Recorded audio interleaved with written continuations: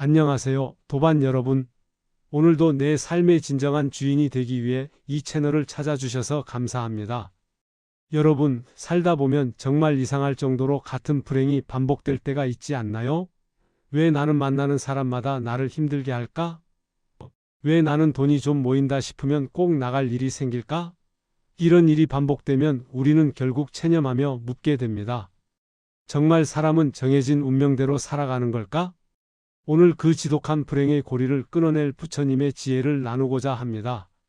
시작하기 전에 여러분의 소중한 구독과 좋아요는 더 많은 분에게 이 지혜의 등불을 전하는 큰 보시가 됩니다.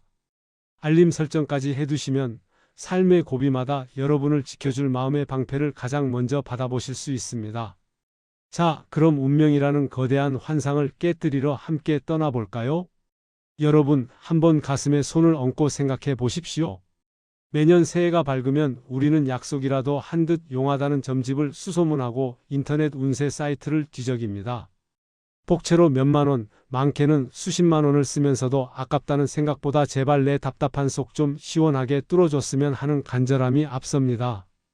그런데 여러분, 이상하지 않나요? 우리는 왜 내 인생의 답을 나를 단 한 번도 만나본 적 없는 타인의 입술 끝에서 찾으려 할까요? 여기에는 소름 돋는 심리적 함정과 영적인 게으름이 숨어 있습니다. 1. 불안이라는 괴물을 잠재우는 확정된 비극. 우리가 운명을 묻는 가장 큰 이유는 역설적이게도 불안 때문입니다. 인간의 뇌는 어떻게 될지 모르는 미래를 생존의 위협으로 간주합니다. 그래서 차라리 나쁘게라도 정해진 결말을 더 편안하게 받아들입니다. 취업은 안 되고 모아둔 돈은 없고 사랑하는 사람과의 관계는 삐걱거립니다. 이 막막한 현실 앞에서 이건 네가 선택한 결과야, 내가 바꿔야 해라는 말은 너무나 무겁고 잔인하게 들립니다. 하지만 내 사주에 올해 삼재가 들어서 그래, 내 팔자가 원래 초년에 고생할 팔자야 라는 말을 듣는 순간 우리는 묘한 안도감을 느낍니다.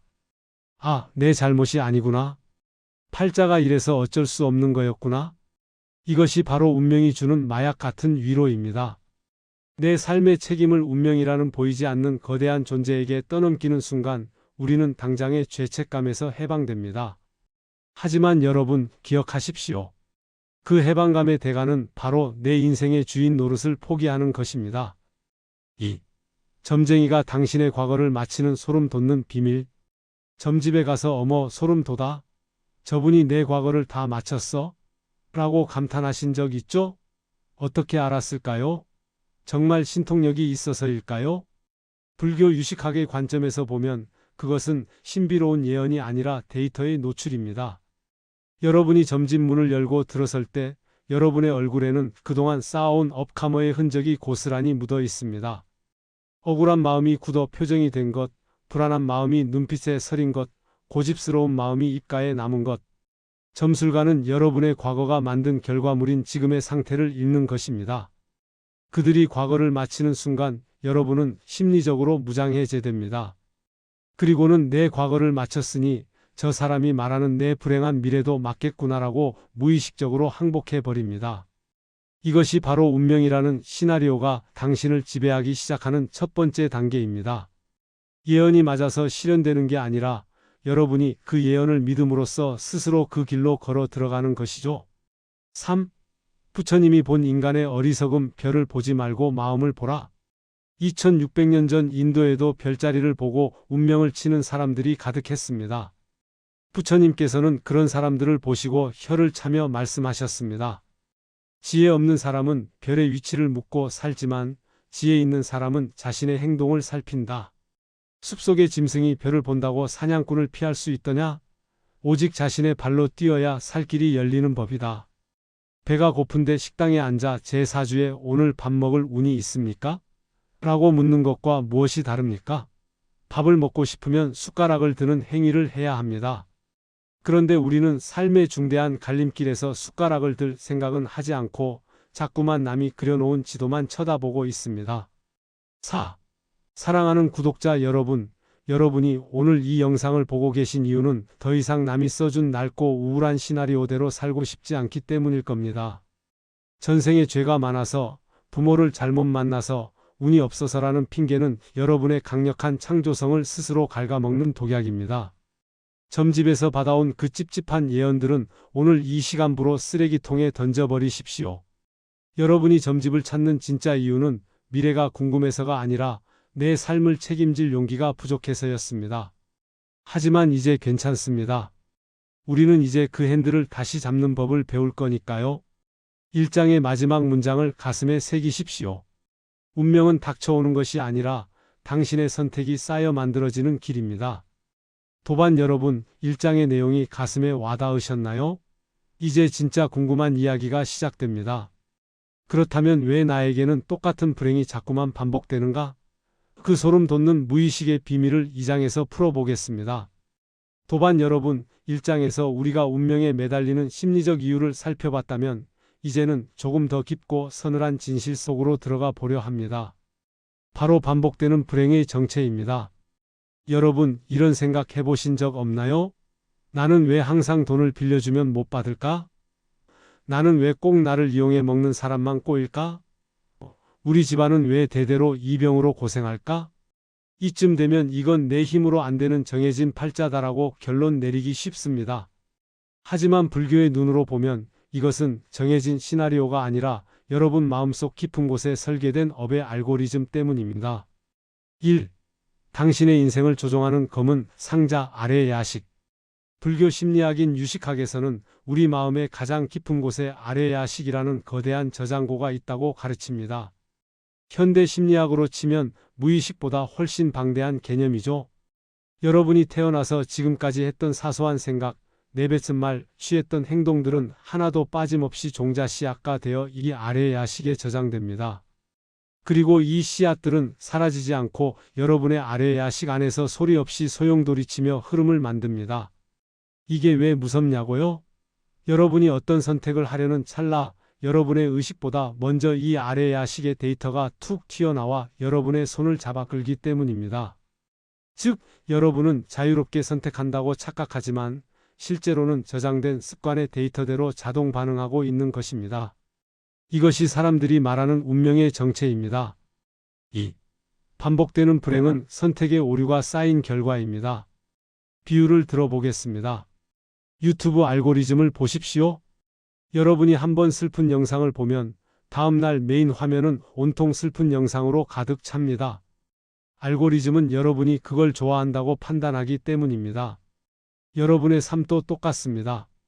과거에 누군가에게 상처받고 사람들은 다 믿을 게 못 돼라는 강한 부정의 씨앗을 아래 야식에 심었다면 여러분의 마음 알고리즘은 계속해서 믿을 수 없는 사람들만 필터링해서 보여주거나 혹은 믿음직한 사람조차 믿지 못하게 만들어 관계를 파괴합니다. 결국 또 배신당하고 나면 여러분은 무릎을 치며 말하죠. 역시 내 팔자는 이래? 내 운명은 배신당할 운명이야? 아닙니다. 여러분의 운명이 배신을 부른 게 아니라 여러분의 아래 야식에 저장된 부정적인 알고리즘이 계속해서 같은 결말의 영화만 상영하고 있는 것입니다. 이것이 불교가 말하는 윤회의 일상적 모습입니다. 3. 운명은 고정된 판결문이 아니라 흐르는 강물입니다. 많은 분이 업복하머를 생각할 때 전생에 지은 죄에 대한 확정된 형벌이라고 오해합니다. 하지만 업은 쇳덩어리처럼 굳어있는 게 아니라 강물처럼 흐르는 에너지입니다. 강물이 북쪽에서 남쪽으로 거세게 흐르고 있다면 그 위에 떠있는 배는 가만히 있으면 당연히 남쪽으로 떠내려갑니다. 노력하지 않는 삶, 깨어있지 않은 삶은 이 업의 물결에 휩쓸려 정해진 파멸로 가기 마련이죠. 그래서 점쟁이들이 당신은 이렇게 살 거야 라고 마치는 겁니다. 여러분이 아무런 저항 없이 강물에 몸을 맡기고 사니까요. 하지만 여러분, 강물이 남쪽으로 흐른다고 해서 북쪽으로 노를 저을 수 없는 건 아닙니다. 물살이 거세니 남들보다 2배, 3배 힘들 순 있겠죠? 하지만 내가 노를 쥐고 방향을 트는 순간 배의 궤적은 바뀌기 시작합니다. 업력 강물의 힘보다 강한 것이 바로 지금 이 순간 내가 내는 원력로 젓는 힘입니다. 4. 2장의 결론 불행의 고리를 끊는 첫걸음 알아차림. 사랑하는 구독자 여러분, 반복되는 불행을 끊고 싶다면 가장 먼저 해야 할 일은 이게 내 운명이야 라는 항복 선언을 거두는 것입니다. 그 대신 불행이 찾아오는 그 순간을 가만히 지켜보십시오. 아, 내 마음 창고에서 또 낡은 습관의 씨앗이 싹을 틔우려 하는구나. 내가 또 예전처럼 화를 내거나 포기해서 저 강물에 휩쓸려 가려 하는구나. 라고 알아차리는 것, 그것이 바로 운명의 핸들을 꺾는 첫 번째 신호탄입니다. 여러분의 불행은 정해진 시나리오가 아닙니다. 단지 아직 업데이트되지 않은 낡은 프로그램일 뿐입니다. 이제 그 프로그램을 삭제할 준비가 되셨나요? 도반 여러분, 이 장의 이야기가 조금은 따갑게 느껴지실지도 모르겠습니다. 하지만 병을 고치려면 환부를 정확히 봐야 하는 법이죠. 이제 3장에서는 어떻게 하면 이 강력한 업의 알고리즘을 내 손으로 직접 수정할 수 있는가?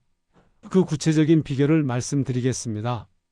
도반 여러분, 이 장에서 우리는 우리의 인생이 아래야식이라는 거대한 알고리즘에 의해 움직이고 있다는 사실을 깨달았습니다. 내 팔자가 원래 이래라고 말했던 그 모든 불행이 사실은 내 마음 창고에 저장된 낡은 데이터들의 반복이었다는 것, 조금 소름 돋지 않으셨나요? 그렇다면 이제 가장 중요한 질문이 남았습니다. 이미 깊게 파여버린 이 운명의 물길을 어떻게 바꿀 수 있을까요? 3장에서는 여러분의 인생 프로그램을 뿌리째 바꿀 수 있는 3가지 핵심 열쇠를 공개하겠습니다. 1. 첫 번째 열쇠, 0.1초의 틈을 장악하라. 운명이 정해진 것처럼 흘러가는 이유는 우리가 자동 반응하기 때문입니다. 누군가 나를 비난하면 즉시 화가 나고 투자에 실패하면 즉시 세상이 무너질 듯 절망합니다. 이 즉시 일어나는 반응들이 바로 운명의 시나리오가 작동하는 순간입니다. 운명을 바꾸는 고수들은 이 자극과 반응 사이에 틈을 만듭니다. 화가 치밀어 오를 때 바로 입을 열지 않고 숨을 한번 크게 들이마시며 마음속으로 외치는 겁니다. 아, 또 내 낡은 프로그램이 돌아가는구나. 이 0.1초의 알아차림이 기적을 만듭니다. 습관대로 화를 내면 운명의 궤도에 머물게 되지만 그 순간 멈추고 자비로운 말을 선택하면 여러분은 그 즉시 운명의 궤도를 이탈하게 됩니다. 이 작은 틈이 쌓여 여러분의 운명 지도를 새로 그리게 됩니다. 2. 두 번째 열쇠, 아래야식의 데이터 덮어쓰기. 우리 마음의 창고는 비어있지 않습니다. 이미 수많은 부정적인 씨앗들로 가득 차 있죠. 이 씨앗들을 억지로 빼내려고 하면 오히려 반발력이 생깁니다. 가장 현명한 방법은 강력한 선업으로 덮어쓰기를 하는 것입니다. 컴퓨터 파일도 새로운 데이터로 덮어쓰면 예전 파일이 사라지듯 우리 마음도 마찬가지입니다. 운이 없다고 느껴질 때일수록 더 많이 보시 나눔하고 더 많이 웃고 더 많이 감사하십시오. 돈도 없는데 무슨 보시냐고 하실 수도 있습니다. 하지만 불교에는 무죄칠시라는 가르침이 있습니다. 돈 한 푼 없어도 따뜻한 눈빛, 부드러운 말 한마디, 자리를 양보하는 행위만으로도 여러분의 아래 야식에는 엄청난 복의 데이터가 쌓입니다. 이 긍정의 데이터가 임계점을 넘는 순간 여러분을 괴롭히던 불행의 알고리즘은 힘을 잃고 멈추게 됩니다. 3. 세 번째 열쇠, 원력이라는 내비게이션을 켜라. 업력 습관의 힘에 끌려다니는 사람은 목적지 없는 배와 같습니다. 그런 사람에게 운명은 거친 파도일 뿐입니다. 하지만 원력 간절한 바람의 힘을 가진 사람은 파도를 이용해 앞으로 나아갑니다. 사주팔자가 여러분에게 너는 오래 고생할 거야 라고 예고했다면 여러분은 원력으로 대답해야 합니다. 내가 오래 겪는 이 고생을 통해 더 많은 사람의 아픔을 이해하는 지혜를 얻겠습니다. 단순히 나 잘되게 해주세요 라는 욕심은 업력을 이기지 못합니다. 하지만 내가 잘되어 세상의 보탬이 되겠다는 큰 원력은 우주의 에너지를 바꿉니다. 여러분이 개인적인 이익을 넘어선 큰 마음을 낼 때 우주는 여러분의 사주팔자에 적힌 작은 불행 따위는 가볍게 건너뛰게 해줍니다. 4. 3장의 결론, 운명은 수정 가능한 문서입니다. 사랑하는 구독자 여러분, 여러분의 인생은 돌에 새겨진 비석이 아닙니다. 매 순간 여러분의 생각과 행동으로 고쳐 쓸 수 있는 디지털 문서와 같습니다. 오늘 여러분이 무심코 내뱉은 따뜻한 말 한마디가 누군가를 향한 진심 어린 응원이 여러분의 아래 야식에 저장되어 내일의 운명이라는 이름으로 돌아올 것입니다. 운명은 밖에서 오는 것이 아니라 바로 지금 여러분의 손가락 끝에서, 혀끝에서, 마음 끝에서 실시간으로 작성되고 있습니다. 도반 여러분, 이제 운명을 바꿀 도구들을 손에 넣으셨습니다. 하지만 여기서 멈추면 안 됩니다. 많은 분이 묻습니다. 스님, 그런데 왜 착하게 살아도 바로 복이 안 오고 힘든 일이 생기나요? 이 억울한 질문에 대한 답, 그리고 업장이 소멸될 때 나타나는 결정적 징조들을 4장에서 다뤄보겠습니다. 도반 여러분, 3장에서 알려드린 운명 개조의 비결을 듣고 나면 이런 의문이 드실 겁니다. 스님, 제가 마음도 고쳐먹고 나름대로 착하게 살려고 노력하는데 왜 당장 현실은 안 바뀔까요?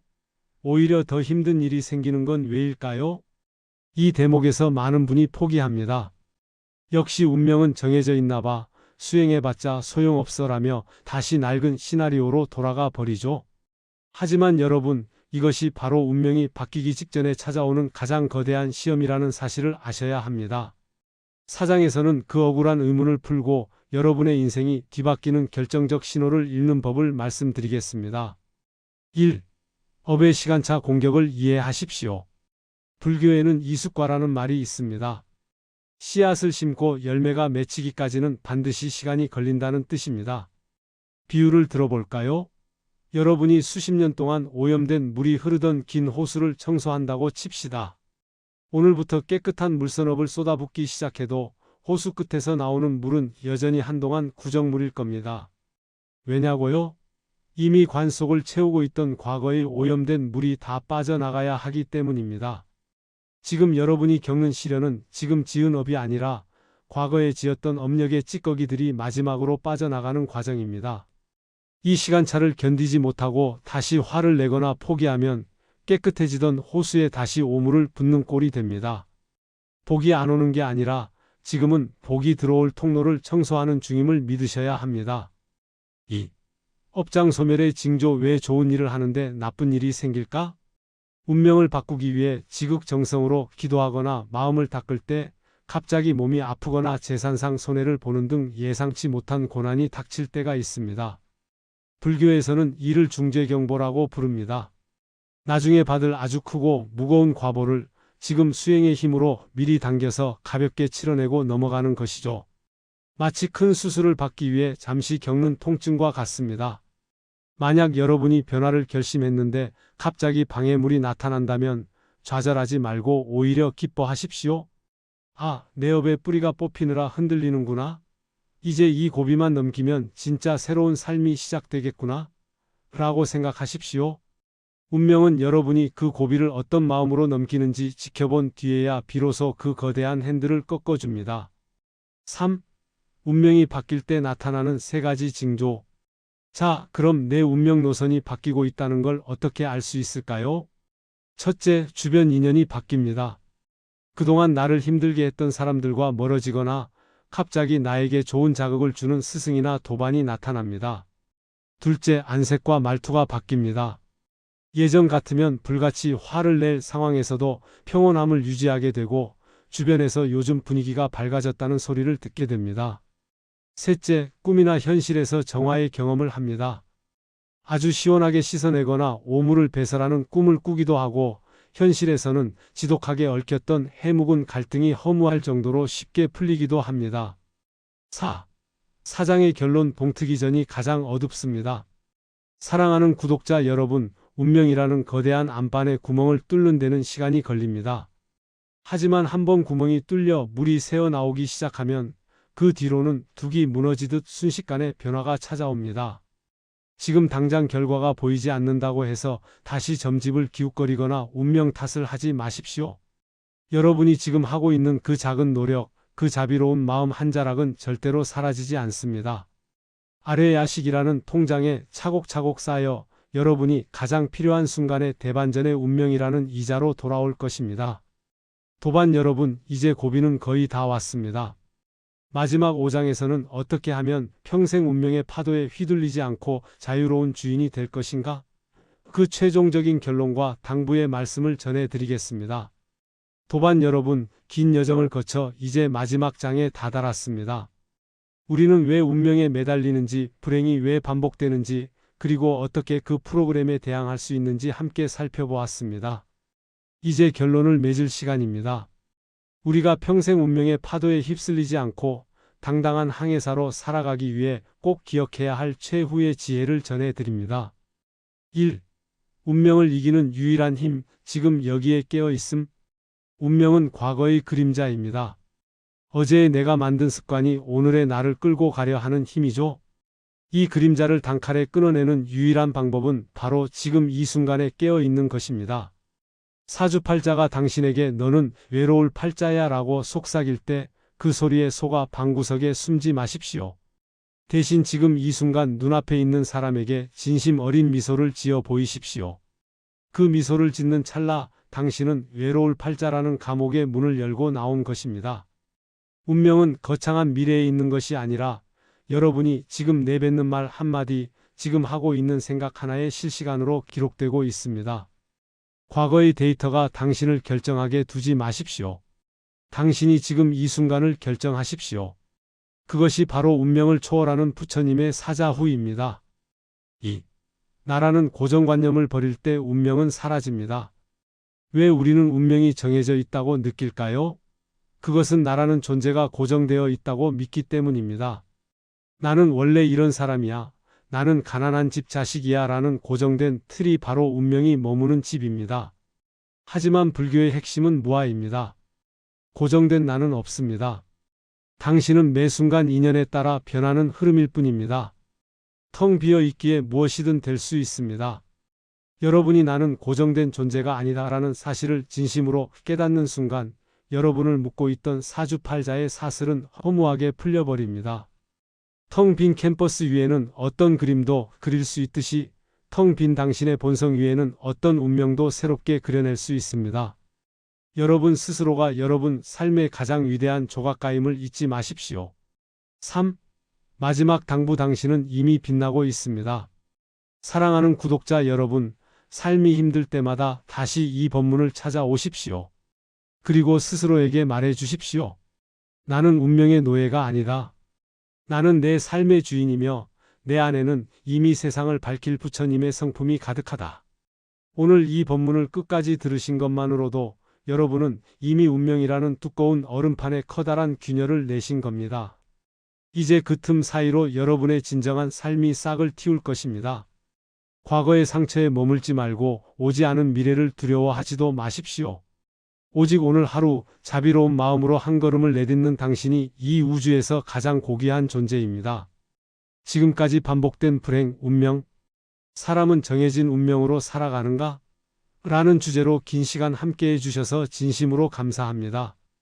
오늘 나눈 지혜가 여러분의 고단한 삶의 작은 쉼표가 되고 다시 일어설 용기가 되었기를 두 손 모아 기원합니다. 여러분의 삶에 일어나는 작은 변화들 혹은 아직 풀리지 않는 고민이 있다면 언제든 댓글로 남겨주세요. 함께 나누고 기도하며 그 길을 걷겠습니다.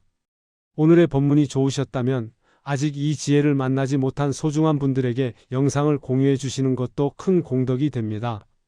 저는 다음 시간 여러분의 마음을 더 맑게 씻어줄 더 깊은 지혜를 담아 다시 찾아뵙겠습니다. 이 채널은 항상 여러분의 마음 수행처로 열려 있습니다. 언제든 지치고 힘들 때 다시 이 자리를 찾아와 주십시오. 여러분의 앞날에 늘 부처님의 가피와 평화가 가득하시길 발언합니다. 모두 성불하십시오. 감사합니다.